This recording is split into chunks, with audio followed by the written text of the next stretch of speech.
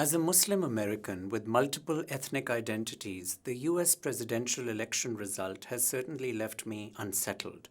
This is especially true if I am to believe that President Trump was elected due to his incendiary rhetoric towards minorities. I certainly hope that was not the main cause for his success, but we can't even rely on polling data anymore to discern clearly the causality. The outcome was also led me to consider the flaws of the American electoral system, which allows for the most strident minority of voters to shape the outcome of a highly consequential executive office. Living in Australia, the Trump electoral outcome gives us reasons to value preferential and compulsory voting in this regard. While preferential voting does allow for some fringe political views to get into electoral office, this is an important opportunity for the venting of those elements of the polity without having them in the dominant majority. American voters have no such avenue for expressing their frustrations, and thus populism finds its mark through outcomes such as the Trump presidential victory.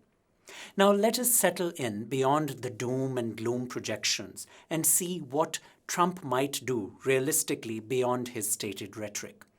His support has come from a fairly unusual coalition of voters. There are indeed the Rust Belt macho white males who supported him, but there are also people like gay IT tycoon Peter Thiel, who holds both American and German citizenship. People like Thiel could be a moderating force on any pressure Trump may face from the socially conservative wings of the Republican Party. People who are concerned about anti-Semitism at Trump rallies and the endorsements from the KKK should note that within his own family, Donald Trump has a Jewish son-in-law, and his daughter Ivanka also converted to Judaism upon marriage. Thus, he is highly unlikely to engage in overtly anti-Semitic policies.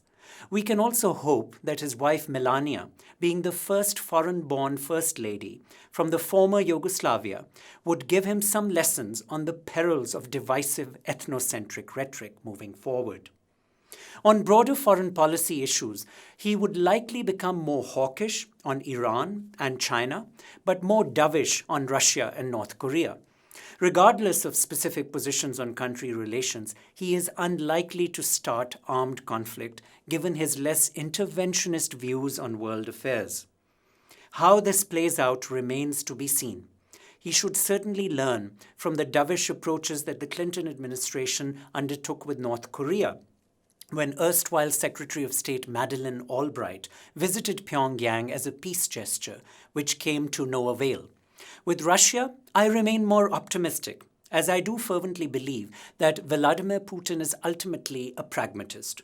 And if he feels Russia is respected as a global power, he would be willing to work with the US in a constructive way, especially on Syria, as well as on broader regional peace in Ukraine and Eastern Europe. Policies on Afghanistan and South Asia remain most ambiguous thus far with the Trump presidency. The drone approach will likely continue, and surprisingly, Trump signaled in an interview to the Hindustan Times a willingness to support a peace process between India and Pakistan. However, how this might be realized remains to be seen. Despite his threats to the contrary, the one Obama foreign policy success that Trump is unlikely to undo would be the détente with Cuba.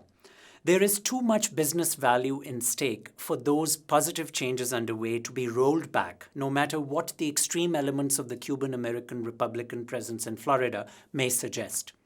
There may be some diplomatic stiffening, and Cuba may engage in some rhetoric and military exercises, but the overall peace process there is now irrevocable, and a singular achievement of John Kerry and Barack Obama. Finally, Trump's willingness to reduce American military bases overseas, while using the savings of those closures to build new military hardware, will deserve close scrutiny. On the one hand, this is a mark of his willingness to rein in the perceptions of American imperialism overseas, but on the other hand, greater weapons production at home harkens back to warnings that President General Dwight Eisenhower gave about such enterprises in his farewell address, and I quote, "In the councils of government, We must guard against the acquisitions of unwarranted influence, whether sought or unsought, by the military-industrial complex. The potential for the disastrous rise of misplaced power exists and will persist. We must never let the weight of this combination endanger our liberties or democratic processes. We should take nothing for granted." Unquote. Thus, at the end of the day, Trump's presidency certainly deserves a chance, especially given his promise to work for all Americans, which I'm assuming includes women and Muslim Americans as well. However, we should also not be too glib in our celebration of American democracy as somehow having the collective wisdom of delivering good candidates as presidents. The electoral system in America is deeply flawed, and the lack of education and awareness of world affairs in the US polity can certainly lead to more Orwellian outcomes. This election may lead to some positive policy changes that help Americans, but it should also lead to a re-evaluation of the electoral process itself.